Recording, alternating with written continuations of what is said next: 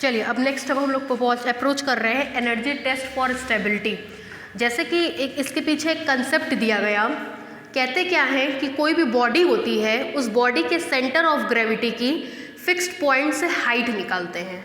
आपको पता है एनर्जी होती है mgh, जैसे जैसे हाइट बढ़ती है वैसे वैसे एनर्जी बढ़ती है, और अगर किसी सिस्टम में बहुत ज़्यादा एनर्जी है तो वो स्थिर नहीं बैठेगा, मतलब वो भागेगा दौड़ेगा। जैसे हम अगर खाना खा लिए, एनर्जी आ गई तो हम दौड़ना भागना शुरू कर देंगे, बैठेंगे नहीं, तो हम अनस्टेबल हो जाएंगे।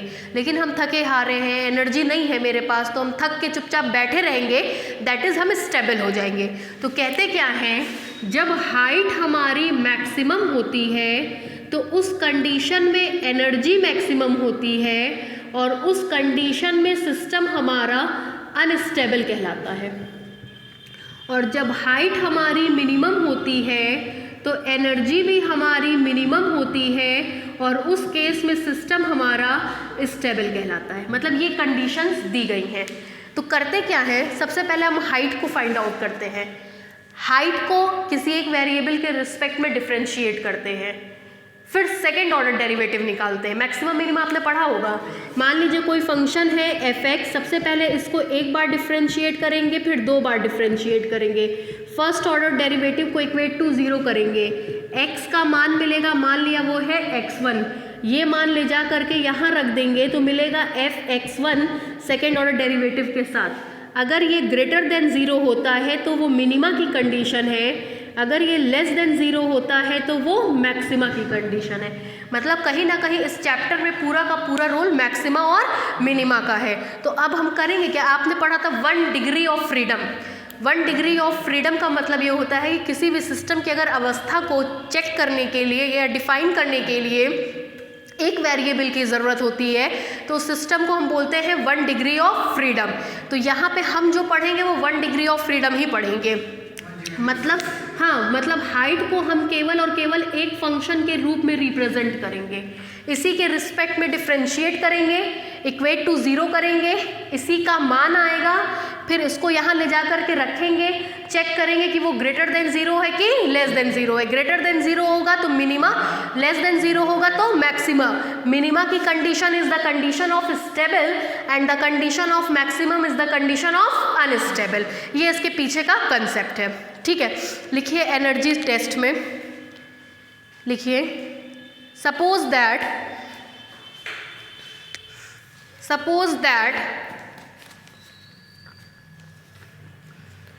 a body is tilted, tilted, tilt का मतलब होता है झुका देना। Suppose that a body is tilted from its position of equilibrium, from its position of equilibrium, from its position of equilibrium, comma, the measure, measure, the measure of its tilt, the measure of its tilt being given by theta, being given by theta, मतलब हम theta के respect में ही motion को define करेंगे। Generally हम अपने इस mechanics के चैप्टर में पढ़ते क्या है कि कोई सिस्टम है उसको हल्का सा टिल्ट कर दिए, झुका दिए, जैसे टिल्ट करेंगे वो लुढ़कता चला जाएगा। मान लीजिए एक गेंद के ऊपर हम दूसरी गेंद को रखे हैं, इसको हल्का सा झुका के छोड़ दीजिए तो ये इस पर लुढ़कता लुढ़कता लुढ़कता लुढ़कता नीचे गिर जाएगा। तो आपने जब इसको थोड़ा सा टिल्ट किया तो कितने एंगल से टिल्ट किया, थीटा, उसी एंगल को हम क्या कह रहे हैं, थीटा। तो जो इसके सेंटर ऑफ ग्रेविटी की हाइट होती है उसको हम थीटा के रूप में लिखते हैं। मतलब h is the function of theta, ये कहने का मतलब है। चूंकि इसके मोशन को हम एक वेरिएबल के रूप में रिप्रेजेंट कर रहे हैं तो इसका डिग्री ऑफ फ्रीडम 1 होगा। ठीक है, लिखिए of its tilt being given by theta, comma, express the height of center of gravity, express the height of center of gravity of the body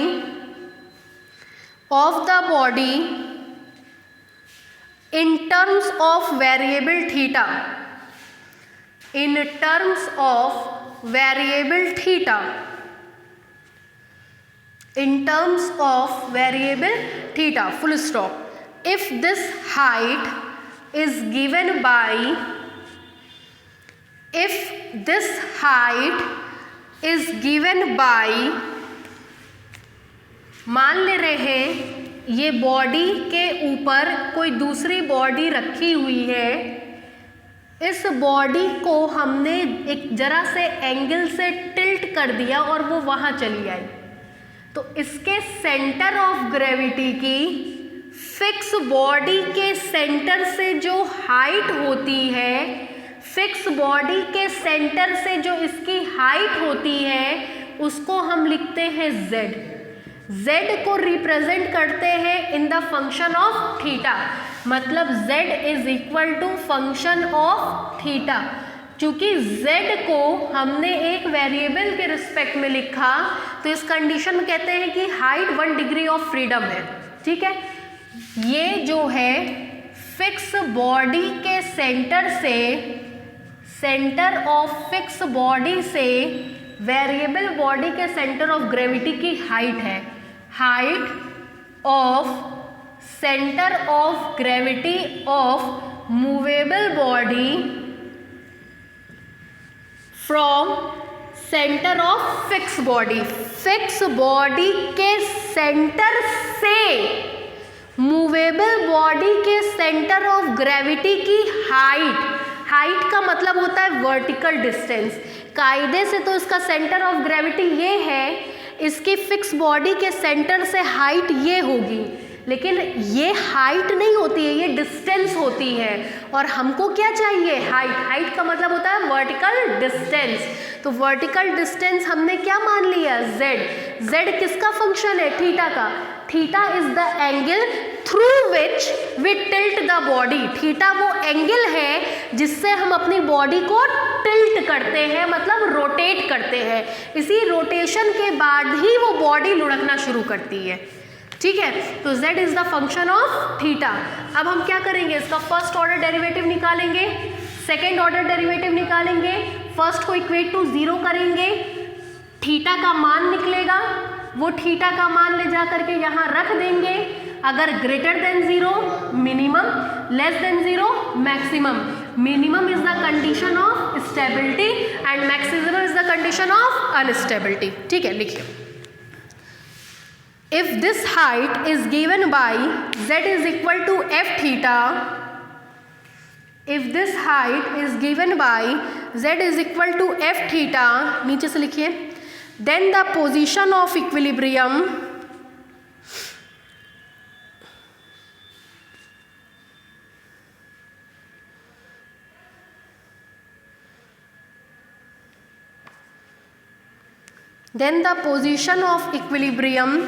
is given by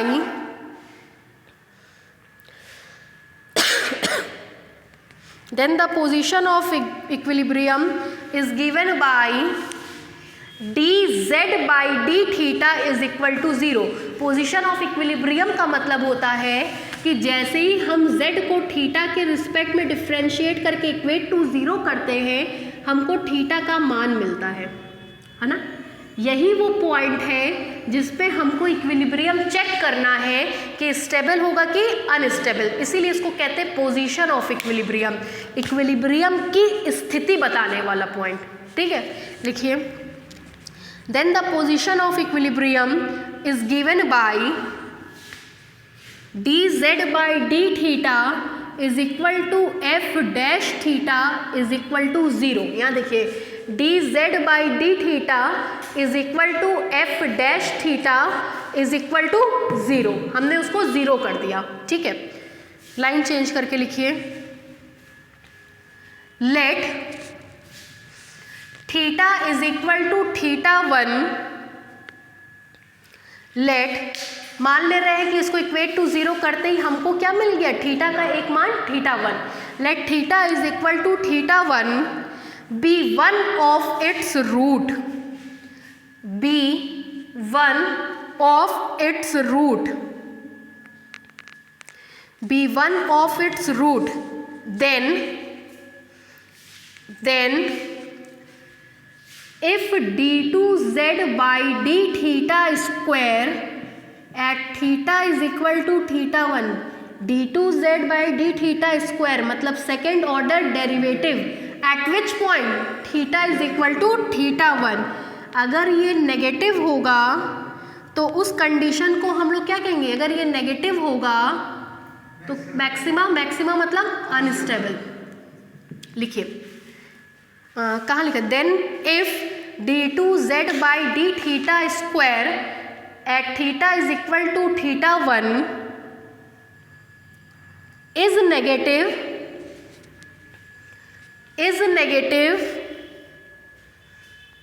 is negative, then z is maximum, then z is maximum, then z is maximum, then z is maximum, bracket में लिखिए, that is center of gravity is at maximum height, that is center of gravity is at maximum height, that is center of gravity is at maximum height, bracket बंद, and in such a case body is unstable, and in such a case body is unstable, and in such a case body is unstable। हो गया, full stop, line change करके लिखिए, similarly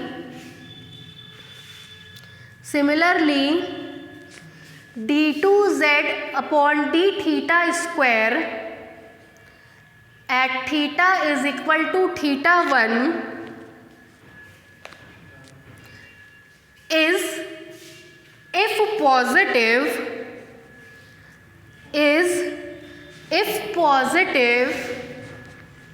then z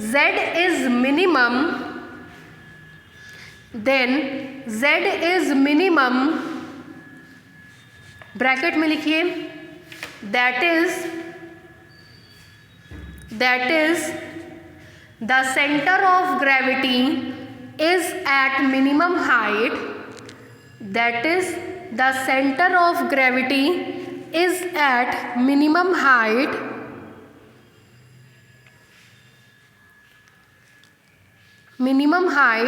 bracket बंद, and the body is stable,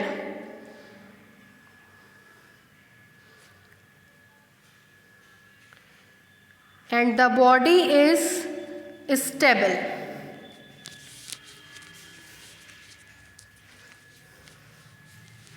ठीक है, अब इसमें आपको बस 2 आर्टिकल और पढ़ने हैं और 6 क्वेश्चन पढ़ने हैं। उन्हीं 2 आर्टिकल और 6 क्वेश्चन में से पेपर में आता है। 2 आर्टिकल में से एक आर्टिकल हम कराते हैं, एक आर्टिकल हम करा करके एक्सप्रेशन निकलवा करके छुड़वा देते हैं, और बिल्कुल फिर वो इसी की तरह लगता है। अब जो आर्टिकल बताइए बहुत ध्यान से समझिएगा, ठीक है। लिखिए, हेडलाइन डालिए, a heavy body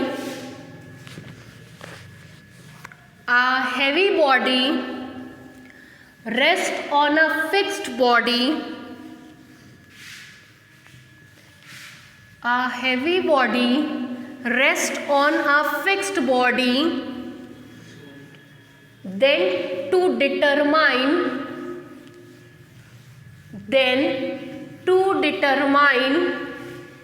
the nature of equilibrium,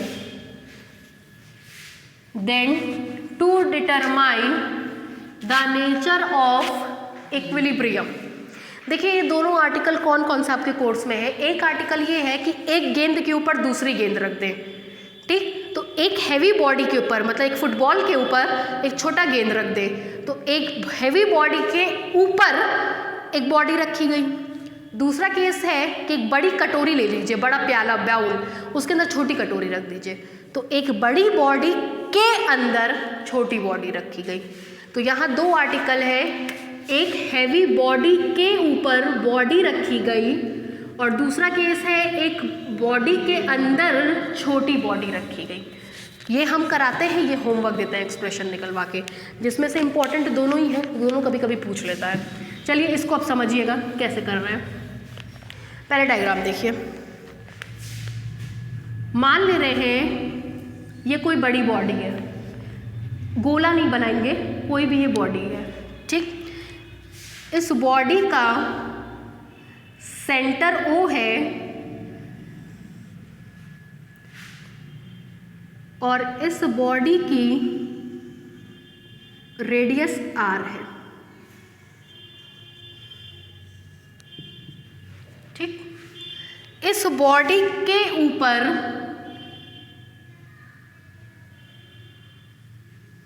एक छोटी बॉडी रखी गई है, ठीक। दोनों का पॉइंट ऑफ कांटेक्ट A1 है। इस बॉडी का सेंटर O1 है और इस बॉडी की रेडियस R है, ठीक।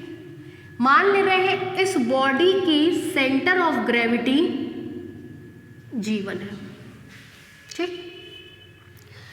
अब इस बॉडी को हमने थीटा एंगल से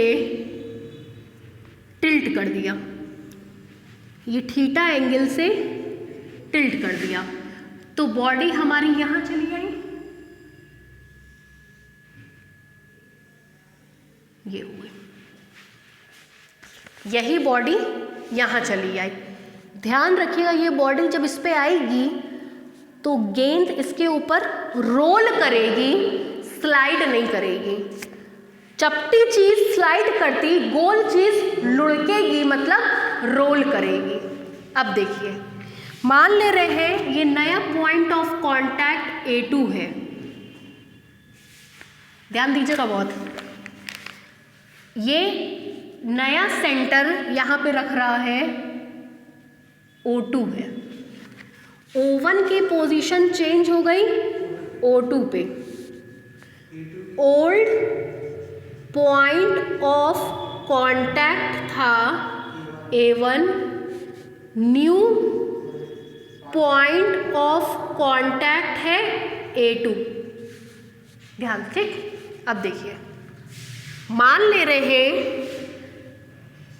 कि इसके सेंटर, ये जो पॉइंट A1 था, जब लुढ़केगा, जब एक के ऊपर कोई दूसरा लुढ़केगा तो ये कुछ ऊंचा चढ़ेगा, ये लुढ़का, ये देखिएगा हाथ मेरा, लुढ़का, ये यहाँ था, लुढ़का, तो ये ऊपर चढ़ गया। ऊपर चढ़ने के बाद मान ले रहे हैं ये C पॉइंट पे आ गया। होता क्या है कि एक सिस्टम के ऊपर दूसरा रोल कर रहा है, मान लीजिए ये पॉइंट ऑफ कांटेक्ट है, लुढ़का तो वो पॉइंट आगे बढ़ गया, लुढ़का तो आगे बढ़ा, ये मान लीजिए सटा है, लुढ़का तो आगे बढ़ गया। तो जब ये बॉडी, मेरा हाथ यहाँ था, गेंद लुढ़केगी, देखिएगा, गेंद लुढ़केगी तो ये पॉइंट ऊपर चढ़ेगा, ऊपर चढ़ करके कहाँ आ गया, C पर आ गया, ठीक है। तो पहले पॉइंट ऑफ कांटेक्ट अगर हमारा A1 था तो अब उसकी पोजीशन कौन ले लिया है, C। A1 की पोजीशन कौन ले लिया, C, ठीक। फिर देखिए, इसको इससे मिला दिया। पहले सेंटर ऑफ ग्रेविटी क्या थी, G1, अब नई सेंटर ऑफ ग्रेविटी हमने मान लिया G2 है, तो G2 का इससे परपेंडिकुलर डाला, हॉरिजेंटल लाइन के थ्रू, इसको वर्टिकल से मिला दिया, आगे बढ़ाया, वर्टिकल हॉरिजेंटल के बीच का एंगल 90 डिग्री, इसको मान रहे हैं m, इसको मान रहे हैं l। ठीक, ये एंगल थीटा ये इसके पैरेलल है, ये कट कर रही है ये थीटा, तो ये भी कितना होगा थीटा। हम अपने मन से मान रहे हैं कि ये एंगल फाई है। अब ध्यान से सुनिएगा, सेंटर ऑफ ग्रेविटी की फिक्स्ड पॉइंट के सेंटर से हाइट, सेंटर ऑफ ग्रेविटी की फिक्स पॉइंट के सेंटर से, फिक्स बॉडी के सेंटर से हाइट, तो हमको G2 की O से हाइट चाहिए, मतलब G2 की O से वर्टिकल डिस्टेंस चाहिए। G2 की O से वर्टिकल डिस्टेंस अगर हम यहाँ खींच दें तो जाहिर सी बात है वो इसके बराबर होगी, यही हम मान रहे हैं कि ये Z के बराबर है। मूविंग बॉडी के सेंटर ऑफ ग्रेविटी की फिक्स्ड बॉडी के सेंटर से हाइट, मूविंग बॉडी के सेंटर ऑफ ग्रेविटी की फिक्स बॉडी के सेंटर से वर्टिकल डिस्टेंस, मूविंग बॉडी के सेंटर ऑफ ग्रेविटी की फिक्स्ड बॉडी के सेंटर से वर्टिकल डिस्टेंस, यही इसके बराबर है। हमने इसको क्या मान लिया z। अब z को फंक्शन ऑफ थीटा के रूप में बदलने की रिस्पॉन्सिबिलिटी आपकी। जैसे ही ये आ जाएगा तुरंत आप मैक्सिमा और मिनिमा का कंडीशन लगा करके एक्सप्रेशन निकाल लेंगे। ठीक है, अब देखिए, मान ले रहे हैं सेंटर ऑफ ग्रेविटी के पॉइंट ऑफ कांटेक्ट से हाइट h है, कैपिटल R फिक्स बॉडी की radius, small r moving body की रेडियस, फिक्स्ड बॉडी के पॉइंट ऑफ कांटेक्ट से सेंटर ऑफ ग्रेविटी की हाइट h, और z हमारा मूविंग बॉडी के सेंटर ऑफ ग्रेविटी से फिक्स बॉडी के सेंटर ऑफ ग्रेविटी की हाइट। याद रखिए, कैपिटल R फिक्स बॉडी की रेडियस, फिक्स बॉडी की radius, small r moving body की radius, h point of contact से centre of gravity CG, centre of gravity of moving body की distance. ठीक है, और z को मैक्सिमा और मिनिमा करना है, z फिक्स बॉडी के सेंटर से मूविंग बॉडी के सेंटर ऑफ ग्रेविटी की डिस्टेंस है, मतलब ये दोनों चीज़ कॉमन है। सेंटर ऑफ ग्रेविटी की डिस्टेंस ये भी है, सेंटर ऑफ ग्रेविटी की डिस्टेंस ये भी है, लेकिन h पॉइंट ऑफ कांटेक्ट से है, ये फिक्स बॉडी के सेंटर से है, बस इतना डिस्टेंस है। Capital R radius, small r radius, और h और z ये दोनों ही सेंटर ऑफ ग्रेविटी की डिस्टेंस है। किससे किससे? पॉइंट ऑफ कांटेक्ट से और फिक्स बॉडी के सेंटर से। ठीक है, इतना में कोई दिक्कत? लिखिए थोड़ा सा इसमें, जरा सा और देख लीजिए। ये रेडियस है फिक्स बॉडी की, ठीक, ये रेडियस होगी स्मॉल बॉडी की। ठीक है, फिक्स बॉडी देखिए G1 A1 G1 A1 G1 की वैल्यू कितनी है? h। A1 की पोजीशन अब कौन ले लिया है? C। और G1 की पोजीशन कौन ले लिया है? G2। तो G1 की जगह G2, ये भी क्या होगा? h। A1 की जगह C, G1 की जगह G2 की डिस्टेंस भी h, मतलब C G2 भी किसके बराबर होगा? इमेज की। इसलिए ये लिखना बहुत ज़रूरी था जो हम लिखवा रहे थे। A1 की जगह C, A1 की जगह C, G1 की जगह H। ठीक है, इतना क्लियर है? लिखिए, देखिए, let us consider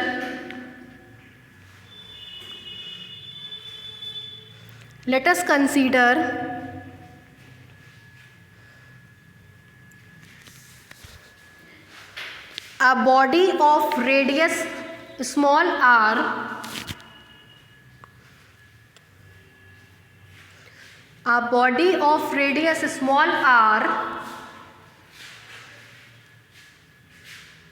rest on a fixed body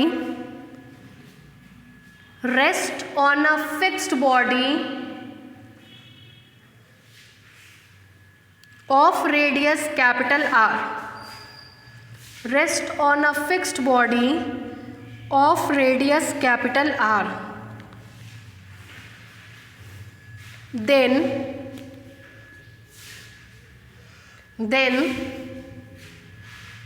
the following postulates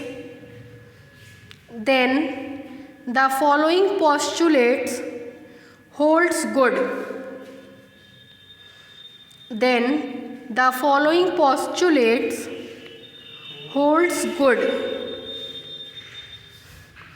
पहला पॉइंट लिखिए। अच्छा, ऊपर वाली बॉडी नीचे वाली बॉडी पे स्लाइड करेगी कि रोल करेगी? हमेशा एक गेंद दूसरी गेंद के ऊपर लुढ़कती है, फिसलती नहीं है ना? लिखिए, द अपर बॉडी, पहला पॉइंट है, रनिंग में लिखना है, बस लिखते चलिए, पहला पॉइंट डाल के लिखिए। The upper body is free to roll, ROLL, is free to roll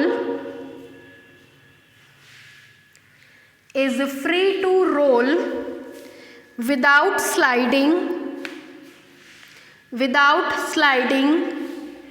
on the lower body,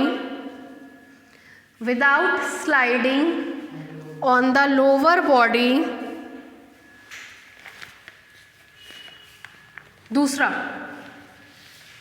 lens की परिभाषा बताएंगे हमको क्या होता है?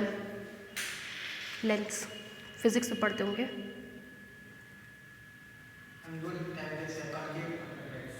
लेंस आया कहाँ से? अच्छा, चश्मे की दुकान पे पूछिएगा, भैया कैसे बनाते हैं लेंस, जानते हैं? आपको क्या बताएंगे? स्पेयर, गोला।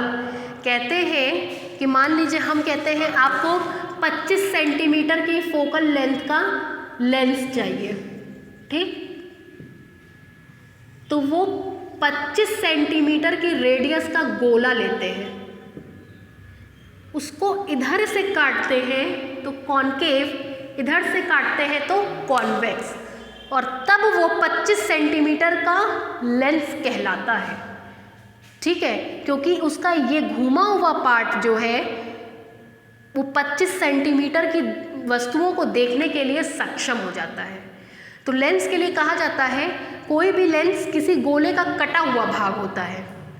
तो उसी तरीके से ये और ये जो आपको दिख रहा है, ये दोनों भी किसी न किसी गोले से काटे गए हैं। ये उस गोले का भाग है जिसका रेडियस r है, ये उस गोले का भाग है जिसकी रेडियस स्मॉल r है। लेकिन जब ये गोले से कट चुका तो अब ये स्पेयर नहीं है, बल्कि ये कोई कर्व है। तो एक बॉडी के ऊपर दूसरी कर्विलीनियर बॉडी रखी है, लेकिन ये और ये दोनों किसी ना किसी गोले से निकली है। ये उस गोले से है जिसका रेडियस r है, ये उस गोले से है जिसका रेडियस स्मॉल r है। तभी इसको डिफाइन करने के लिए हमको केवल और केवल सेंटर और रेडियस की ज़रूरत पड़ी थी, क्योंकि किसी भी गोले को डिफाइन करने के लिए we have to required only two things, first one is centre and second one is radius. किसी भी गोले को डिफाइन करने के लिए ही केवल ये दोनों चीज़ चाहिए होती है। ठीक है, अब हम यही पार्ट लिखवाने जा रहे हैं आपको। दूसरा पॉइंट लिखिए, the portion of two body the portion of two body,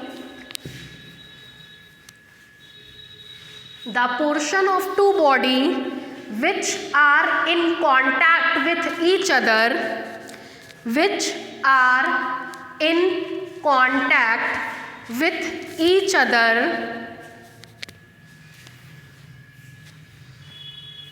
comma, being the, BEING, being the sphere of radius, being the sphere of radius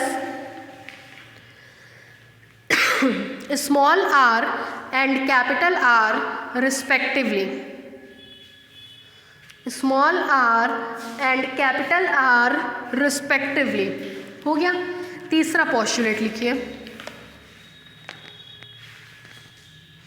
तीसरा लिखिए, the straight line joining their centre, देख लीजिए, इन दोनों के centre को मिलाने वाली line प्रारंभ में वर्टिकल है, तभी टिल्ट करने के बाद हमने माना कि वो कितने एंगल से टिल्ट हो रही है, थीटा, क्योंकि आपको पता है जो एंगल का मेजरमेंट होता है या तो वो एक्स एक्सिस से होता है या तो वाई एक्सिस से। तो अगर हम इसको ऐसे गिराएंगे तो जाहिर सी बात है एंगल का जो मेजरमेंट करेंगे वो वाई एक्सिस से करेंगे, वाई एक्सिस वर्टिकल होती है, इसी कारण से प्रारंभ में हमने इसको क्या लिया है, वर्टिकल लिया है।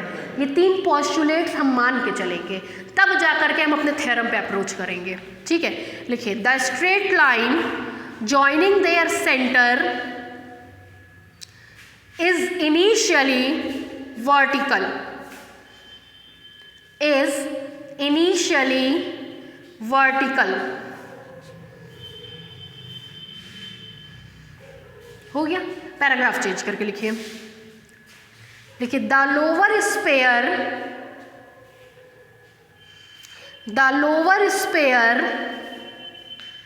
is fixed on a horizontal plane, the lower sphere is fixed on a lower plane, on a horizontal plane। मान लिया है कि ये हॉरिजेंटल प्लेन पे रखा गया है।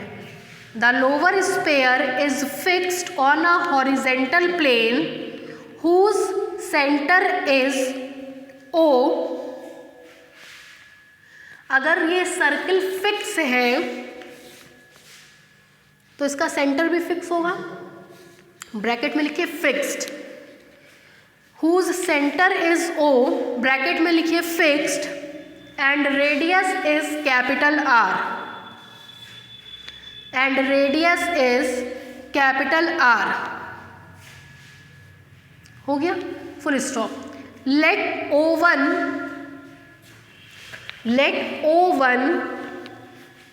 B the centre of upper body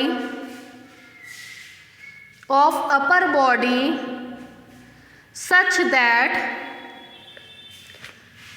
that G1 be the center of gravity, such that G1 be the center of gravity and R be the radius of, and R small r be the radius of upper body, and small r be the radius of upper body, which is situated at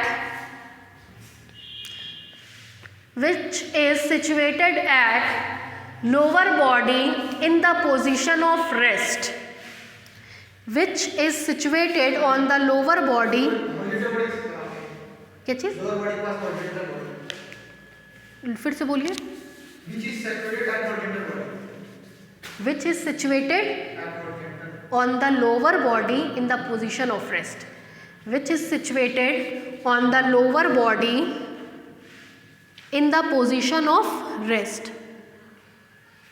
which is situated on the lower body in the position of rest। मतलब upper body का radius small आ रहा है, centre of gravity G1 है, centre O1 है जो कि इस body के ऊपर रखी हुई है in the position of rest, विराम की अवस्था में। ठीक है, फुल स्टॉप। फिर लिखिए let in the equilibrium position, let in the equilibrium position, let in the equilibrium position the point of contact, the point of contact of these two body, of these two body is A1, is A1। मतलब इन दोनों body का जो point of contact है वो क्या है, A1 है।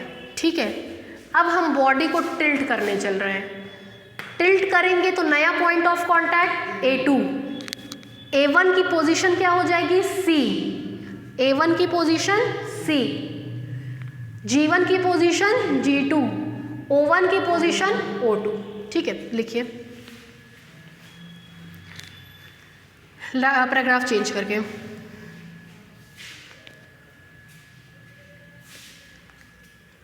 Let the upper body is slightly displaced, let the upper body is slightly displaced by an angle theta, let the upper body is slightly displaced by an angle theta such that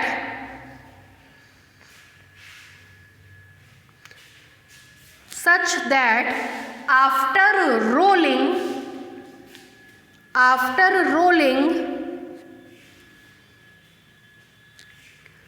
comma old points O1 and G1,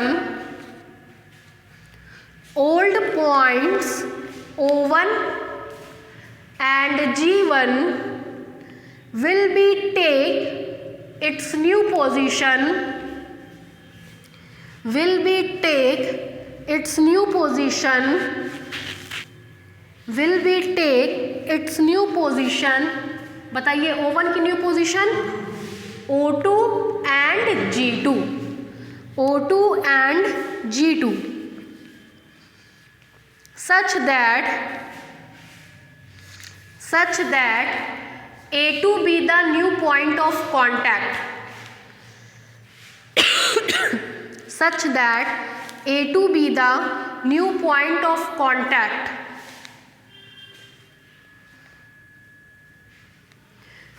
new point of contact A2, A1 की position कौन ले लिया C। Full stop के बाद लिखिए after rolling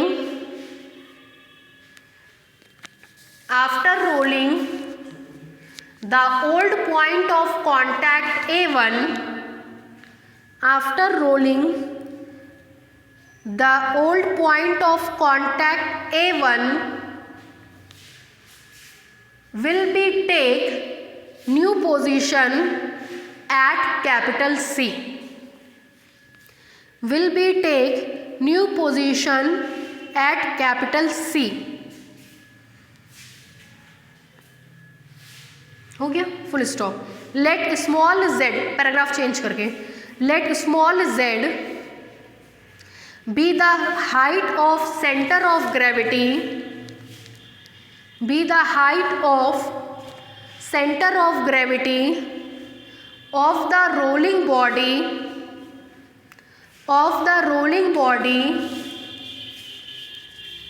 जरा सा ठीक करिएगा, let small z be the height of centre of gravity, bracket में लिखिए G2 ब्रैकेट बंद of the rolling body, of the rolling body from the centre from the centre, bracket में लिखिए O, ब्रैकेट बंद, ऑफ फिक्स्ड बॉडी,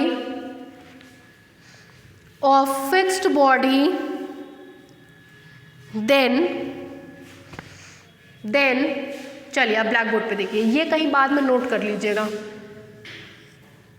पढ़ते time आपको याद रहेगा। हाँ देखिए, देन हमने आपसे कहा कि आपके पास केवल एक काम है, z को थीटा के टर्म में कन्वर्ट करना। z is equal to ml, z is equal to ml, this implies z is equal to ml को लिखा जा सकता है O2L minus O2m, O2L minus O2m, this implies z is equal to O2L। O2L के लिए ये बड़ा वाला ट्रायंगल देखिएगा यहाँ पे, इन ट्रायंगल O2OL, O2OL इस बड़े वाले ट्रायंगल में ये थीटा, ये हमको पता है, ये हमको निकालना है। कॉस की वैल्यू लगाएंगे तो मिलेगा cos theta is equal to आधार बटे कर्ण, आधार होगा O2L और कर्ण होगा हमारा O2O is equal to O2L upon O2O का मतलब capital R plus small r, तो O2L का मतलब capital R plus small r cos theta minus O2m के लिए ये वाला ट्रायंगल हम देखने चल रहे हैं, ध्यान दीजिएगा, O2G2m, इन ट्रायंगल O2G2m ये रहा O2G2m, ठीक। एंगल है थीटा प्लस फाई, यहाँ से यहाँ तक की डिस्टेंस गोले का भाग है तो रेडियस होगी, यहाँ से यहाँ तक की डिस्टेंस रेडियस होगी, रेडियस में से इतना घटेगा तो ये वाली डिस्टेंस r माइनस h होगी, ठीक है। तो मिलेगा इन ट्रायंगल इतने में cos theta plus phi is equal to आधार बटे कर्ण, आधार है O2m और कर्ण है हमारा O2G2 is equal to O2m, O2G2 की तरह लिखेंगे r माइनस h, O2m मिलेगा r minus h cos theta plus phi, ठीक है। सेटिस्फाइड है इससे, इसको मान ले रहे हैं इक्वेशन नंबर 1।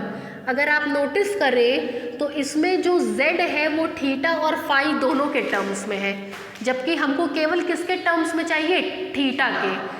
रोलिंग का कंसेप्ट क्या होता है जरा ध्यान दीजिएगा। अभी हम आपको एक बात बता रहे थे, ये रोल करने के लिए जितना उठेगा उतना ही तो आगे बढ़ेगा, ये रोलिंग का कंसेप्ट होता है। एक गेंद को हमने फेंका तो फेंकने में वो जितना लुढ़केगी उतना ही तो आगे बढ़ेगी। जैसे ये कोई यहाँ पे है, हमने गेंद को फेंका, गेंद उछल करके यहाँ आई, तो जितना वो लुढ़क करके यहाँ आई, जितना वो लुढ़की उतना ही आगे बढ़ी। तो रोलिंग का सिस्टम ये होता है, जितना ये ऊपर उठेगा उतना ही ये आगे बढ़ेगा। ऊपर कितना उठा, CA2, आगे कितना बढ़ा, A1 A2। इस सड़क के ऊपर इतना आगे बढ़ा, इस सड़क के ऊपर इतना आगे बढ़ा, ये गेंद इतना लुढ़की, ये गेंद पहले A1 थी, लुढ़क करके कहाँ आई, C पे, तो कितना लुढ़की, AC2, ठीक है। तो रोलिंग का कंसेप्ट क्या होता है, सड़क पे चली गई दूरी मतलब arc A1 A2 is equal to arc, नया कंसेप्ट सिखा रहे हैं, arc A1 A2 is equal to arc A1 की पोजीशन कौन ले लिया, C, और A2 को A2 ही रहने दीजिए। देख लीजिए, जितना सड़क पे चला उतना ही आगे बढ़ा। आर्क A1 A2 सड़क पे चलने की डिस्टेंस, A1 की न्यू पोजीशन C A2, ठीक है। This implies that A1 A2 पढ़ा होगा कोण बराबर चाप बटे त्रिज्या, कोण बराबर चाप बटे त्रिज्या। तो A1 A2 की वैल्यू आएगी r theta is equal to CA2 कोण बराबर चाप बटे त्रिज्या मिलेगा r phi. This implies phi की वैल्यू मिल गई r थीटा अपॉन r। इसको मान ले रहे हैं इक्वेशन नंबर 2, ठीक है। इक्वेशन नंबर 2 का यूज कर रहे हैं इक्वेशन नंबर 1 में। देखिए, यूजिंग इक्वेशन 2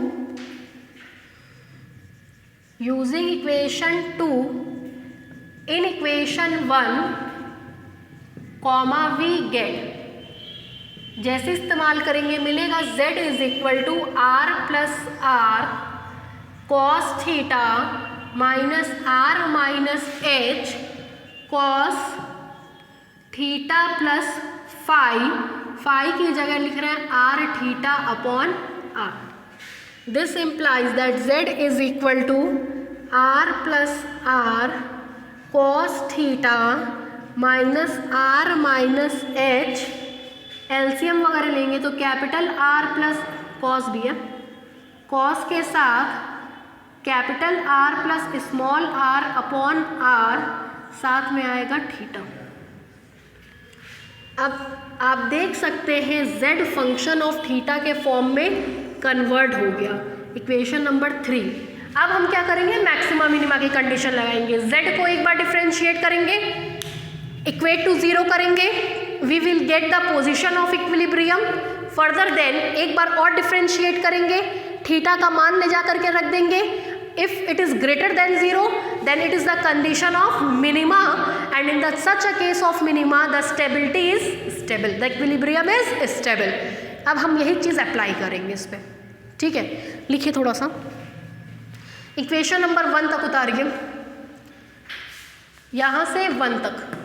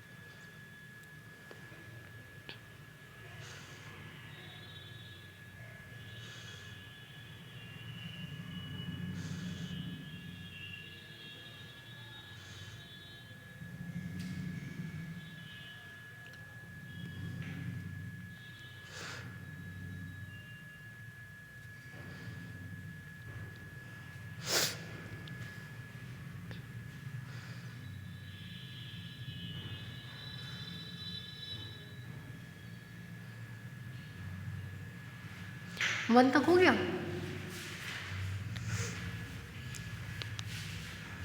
यहीं तक, केवल 1 तक, ये लिख लीजिए।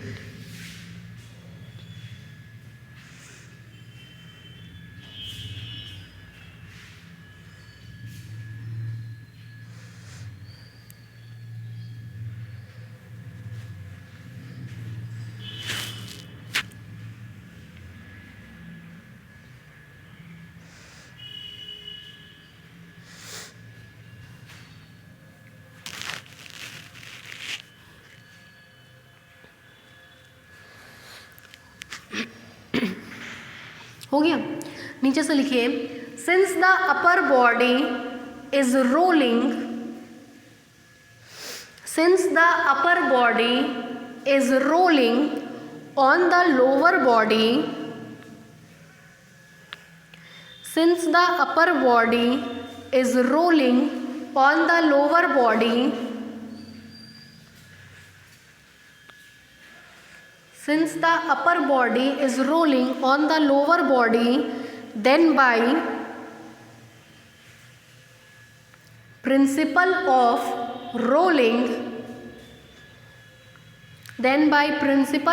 rolling, comma, we have, यहाँ से लेकर के यहाँ तक,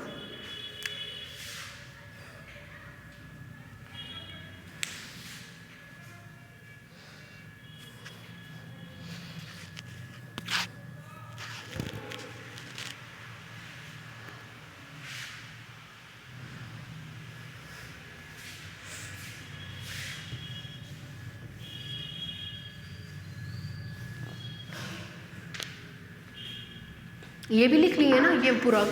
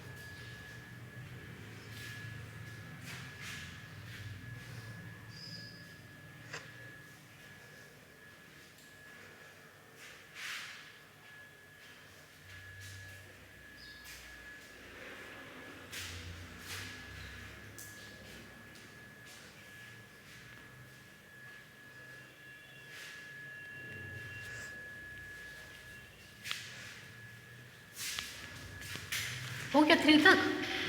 अब हम मैक्सिमम और मिनिमम वाली कंडीशन निकालेंगे। सबसे पहले इसको कितनी बार डिफ्रेंशिएट करेंगे, एक बार, और इक्वेट टू क्या करेंगे 0, जिससे पोजीशन ऑफ इक्विलिब्रियम मिल जाए। देखिए differentiating equation 3, differentiating equation 3 with respect to theta, differentiating equation 3 with respect to theta, comma we get, कराइए d z by d theta is equal to r plus are cos theta का derivative minus sine theta minus r minus h cos theta का derivative minus sine theta, minus minus मिल करके plus r upon r, साथ में क्या आएगा theta, और उसके बाद ब्रैकेट वाले टर्म को डिफ्रेंशिएट करेंगे तो इसका डेरिवेटिव 1 केवल ये मिल जाएगा, r plus r upon small r. ठीक है, थोड़ा सा अरेंज कर रहे हैं। This implies that d z upon d theta is equal to minus r plus r sine theta plus r minus h r plus r upon r sine r plus r upon r into theta, equation number 4। ठीक, अब position of equilibrium के लिए देखिए, for the position of equilibrium,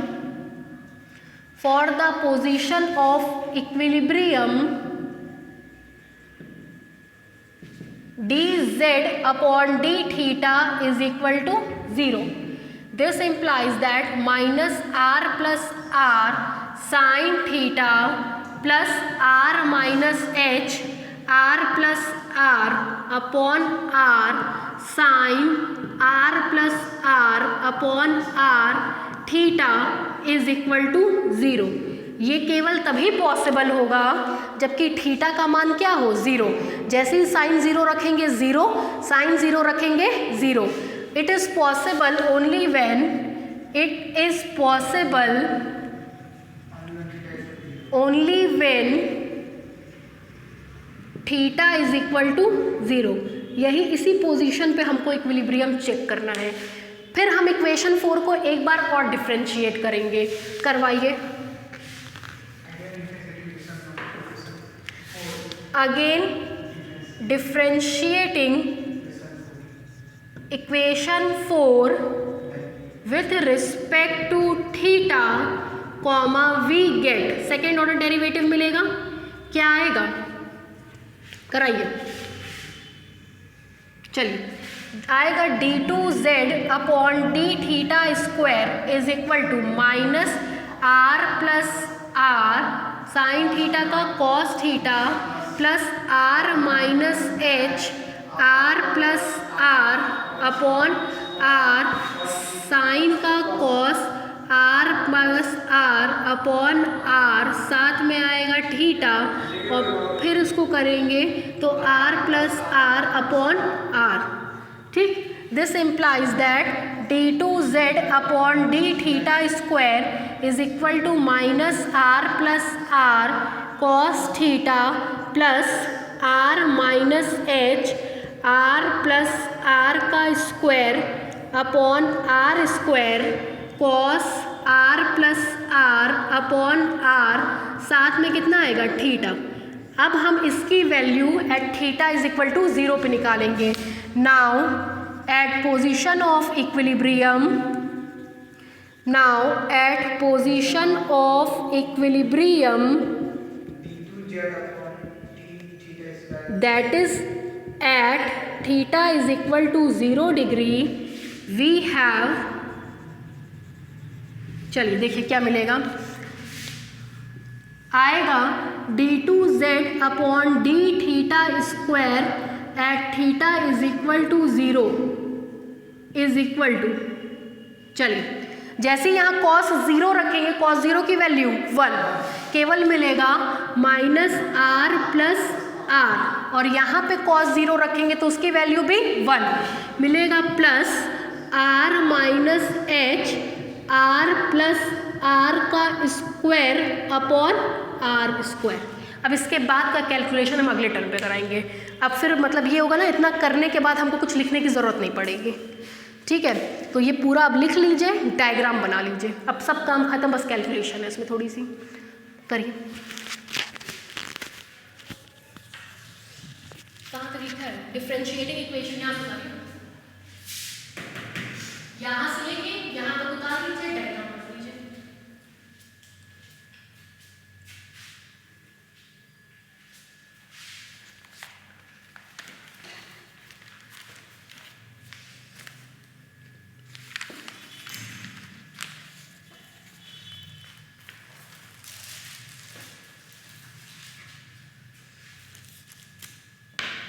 कल LPP है 4 से 6।